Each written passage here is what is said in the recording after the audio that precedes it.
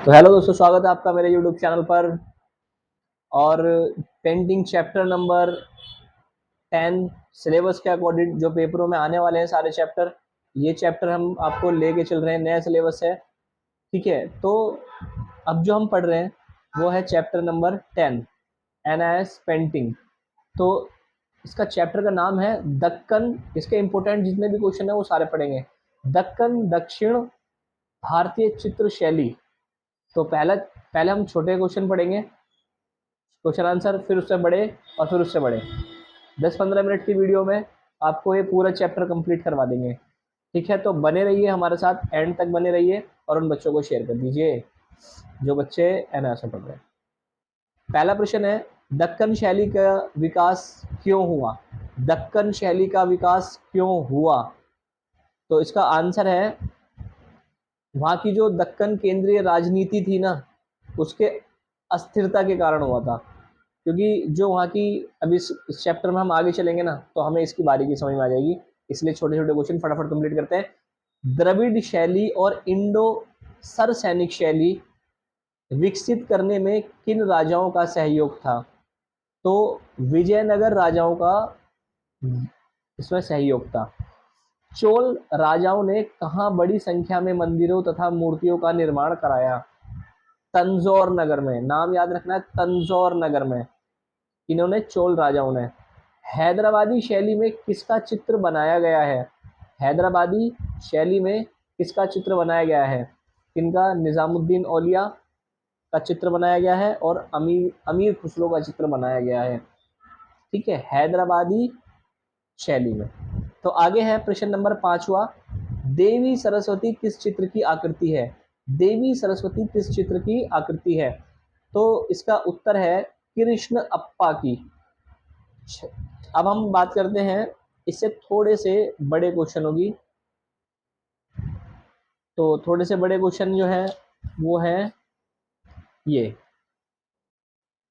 देवी सरस्वती के चित्र का वर्णन कीजिए। तो देवी सरस्वती का जो चित्र है उसका हमें वर्णन करना है। आंसर है इसका, देवी सरस्वती के चित्र तंजौर शैली पर आधारित है। चित्रकार चित्रगरा कृष्ण अप्पा ने इस चित्र को 19वीं शताब्दी के चित्रित किया गया था। चित्र में देवी सरस्वती की वीणा बजाते हुए दर्शाया गया है। देवी के 4 हाथ हैं और वह सिंहासन पर बैठी है। चित्र की साज सज्जा सुंदर ढंग से की गई है। साज सज्जा का मूल भाव भारतीय शास्त्रीय कला के आधारित पर है। प्रश्न नंबर 2, तंजौर शैली की चित्रकला दूसरे से भिन्न क्यों बताई गई है? तंजौर शैली की चित्रकला दूसरों से अलग क्यों बताई गई है? तो इसका आंसर है, भारतीय चित्रकला शैली तंजौर का एक अपना ही विशिष्ट स्थान है, क्योंकि एक नक्काशी की गई है चित्रित में काष्ठ से मिलती, तो दूसरी ओर इसमें रत्न, सोने, चांदी, रंगीन पत्थर आदि का उपयोग किया गया है। प्रश्न नंबर 3, तंजौर शैली का उद्गम का विषय और उसकी वस्तु बताइए। तो इसकी वस्तु तंजौर की जो है उद्गम 19वीं शताब्दी की तमिलनाडु के समीप एक तंजौर है। तो अब हमें एक बात समझ में आ रही है कि जो तंजौर है तो वो तमिलनाडु के पास में है।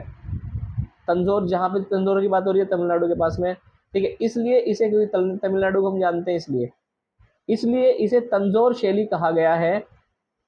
तंजौर शैली की विषय वस्तु एक मुख्य पौराणिक है। राम कृष्ण, गणेश, देवी देवताएं इसकी चित्र शैली से अधिक बनाए गए हैं। अगला प्रश्न, अब देखिए इससे अब थोड़े से बड़े क्वेश्चन आ रहे हैं, थोड़े से बड़े क्वेश्चन आंसर है, तो हम इन्हें बहुत जल्दी और समझने के बाद इसे कंप्लीट करेंगे। दक्कन चित्र शैली का संक्षिप्त में विवरण कीजिए। दक्कन शैली का प्रधान केंद्र बीजापुर था। बीजापुर, तो बीजापुर कहाँ पर है? बीजापुर ये कर्नाटक में। बीजापुर के बारे में, क्योंकि अभी हमने गोल गुम्बद के बारे में पढ़ा था पिछले चैप्टर में, तो बीजापुर का नाम वहाँ पर आ रहा था। तो परंतु इसका विस्तार अहमदनगर और गोलकुंडा राज्यों में भी रहा। तो राममाला के चित्रों में चित्रांकन इन शैली के विशेष रूप में किया गया है। इस शैली का विशेष प्रोत्साहन अली आदिम शाह तथा उत्तराधिकारी इब्राहिम शाह ने इस शैली में चित्रों पर फारसी चित्रकला का स्पष्ट किया है। दृष्टिगोचर होता है कि इस शैली को वेशभूषा उस उत्तर भारतीय, विशेष रूप से मालवा शैली का प्रभाव पड़ा है।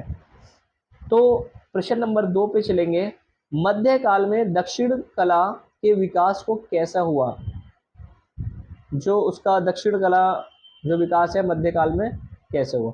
तो 14वीं शताब्दी में भारतीय राजनीतिक व्यवस्था के अस्थिरता का एक वातावरण उत्पन्न किया गया, जिसका लाभ अनेक दक्षिण भारतीय राज्यों ने उठाया। अपनी एक पृथक स्वतंत्र सत्ता स्थापित की। उस राज्य में बहमनी और विजयनगर प्रमुख थे। इन राज्यों के दक्कन शैली की चित्रकला का विकास हुआ। अब हम आगे बढ़ते हैं इसी में ही। प्रश्न नंबर 3, हैदराबादी चित्र शैली का वर्णन कीजिए। तो हैदराबादी चित्र का लगभग 18वीं शताब्दी में चित्रित की गई शैली का चित्र, जो कि शीर्षक निजामुद्दीन औलिया और अमीर खुसरो है। इसके चित्र का नाम अज्ञात है, क्योंकि चित्रकार का पता ही नहीं किसने बनाई। लघु चित्र, एक छोटा चित्र, हजरत निजामुद्दीन औलिया, जिन्हें सफ़ेद दाढ़ी, लंबे चौगे, सर पर सूफी टोपी दर्शाया गया है। इस वृक्ष के नीचे बैठकर अपने शिष्य हजरत अमीर खुसरो को सितार पर सूफी संगीत रहे। तो यानी कि निज़ामुद्दीन औलिया जो थे, इनके जो शागिर्द थे वो अमीर खुसरो हैं। अमीर खुसरो जिनकी दाढ़ी काली है, मतलब उन्हें थोड़ा सा छोटा दिखाया गया है, और जो सूफी चौगे धारण किए हुए हैं, सफ़ेद कपड़े, अपने गुरु को संगीत सुनाने की मुद्रा में है। चित्रकार ने उस चित्र को प्राकृतिक चित्रण भी बहुत सुंदर ढंग से किया है। तो आगे बढ़ते हैं प्रश्न में। तो प्रश्न में आगे नहीं बढ़ते हैं, ये हमारा लेसन ख़त्म हो चुका है और ये लेसन हमने बहुत अच्छे से कंप्लीट करा है। अगर दोस्तों आपको थोड़ी सी भी हमारे इस चैनल से हेल्प मिल रही है तो आप हमारे इस चैनल को सब्सक्राइब कर दो।